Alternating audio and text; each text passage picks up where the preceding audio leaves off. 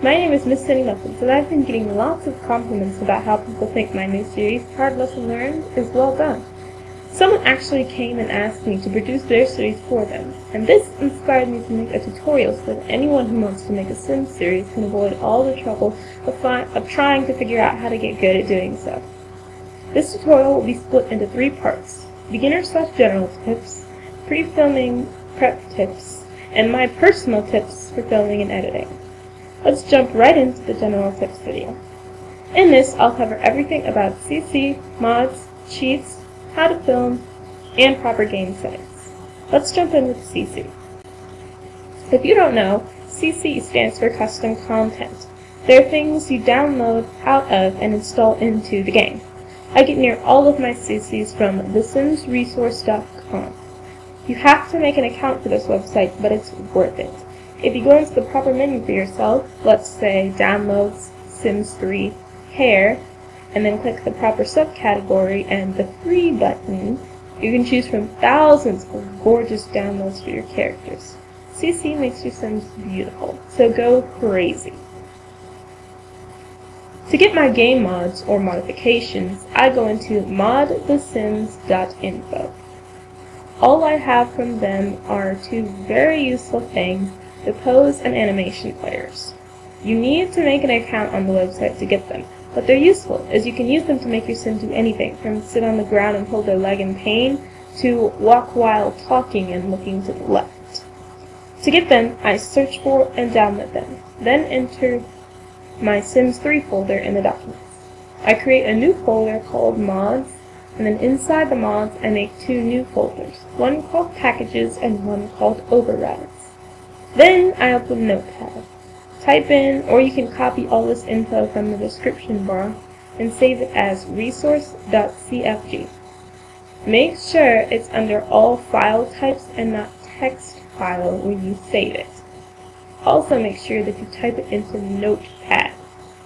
I don't know what Mac users can use, but Windows users definitely use Notepad.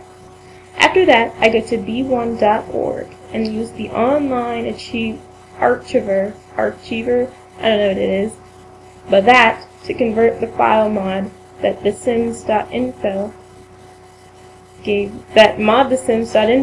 me and make it into a .package file.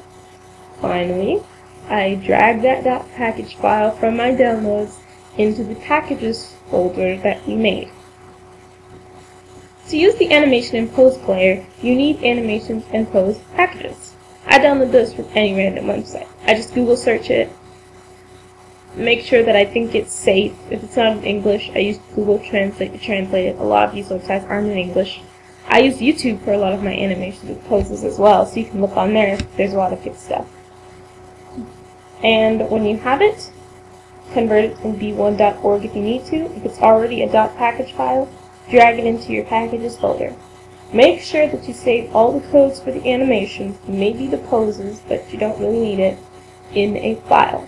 One of the codes for the animations might look like A_talk.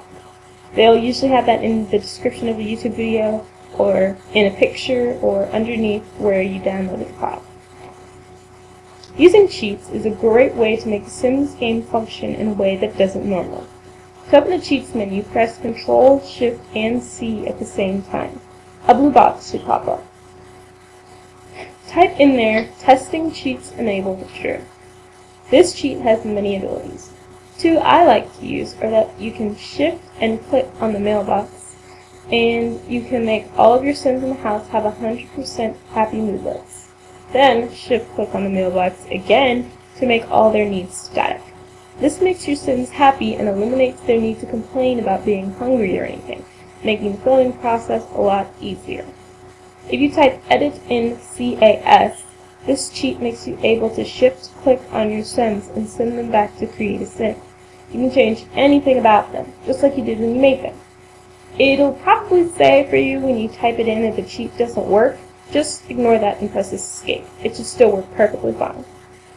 Motherload is a cheat that gives you 50,000 simoleons. This can be very useful when making sets and buying props for your show. Alright, here I have Drake and Felicia, and I'm about to use them in a scene.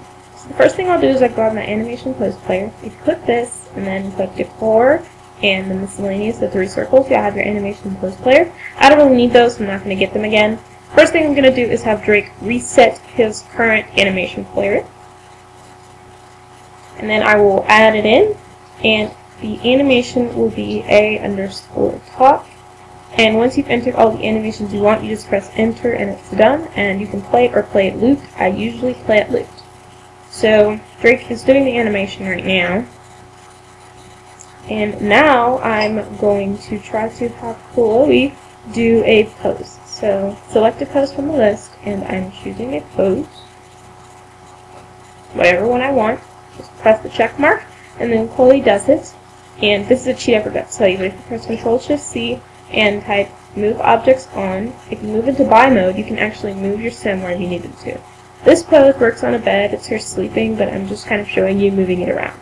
Okay, so now I'll show you how to film. If you press tab, you enter cameraman mode. A moves you forward, S moves you backward, A and D move you from side to side. The plus key zooms in and the minus key zooms out. The period and the semicolon rotate you around whatever the center of the screen is. And then Shift A and Shift D actually kind of turn the camera. And I like to just set my stuff in normal mode and then just press tab and I'm done with it.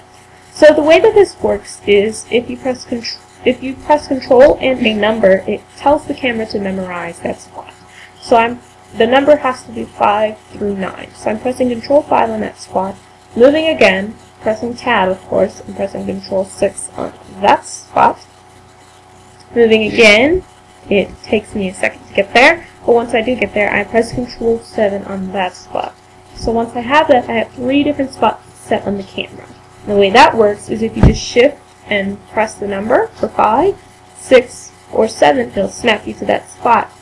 But if you press the number like just with no shift, the camera will slowly glide into the next spot from wherever you are. And from my standpoint, that's about all you need to know to make a good movie. That's all I know and all I use. So I hope that this can be helpful for you.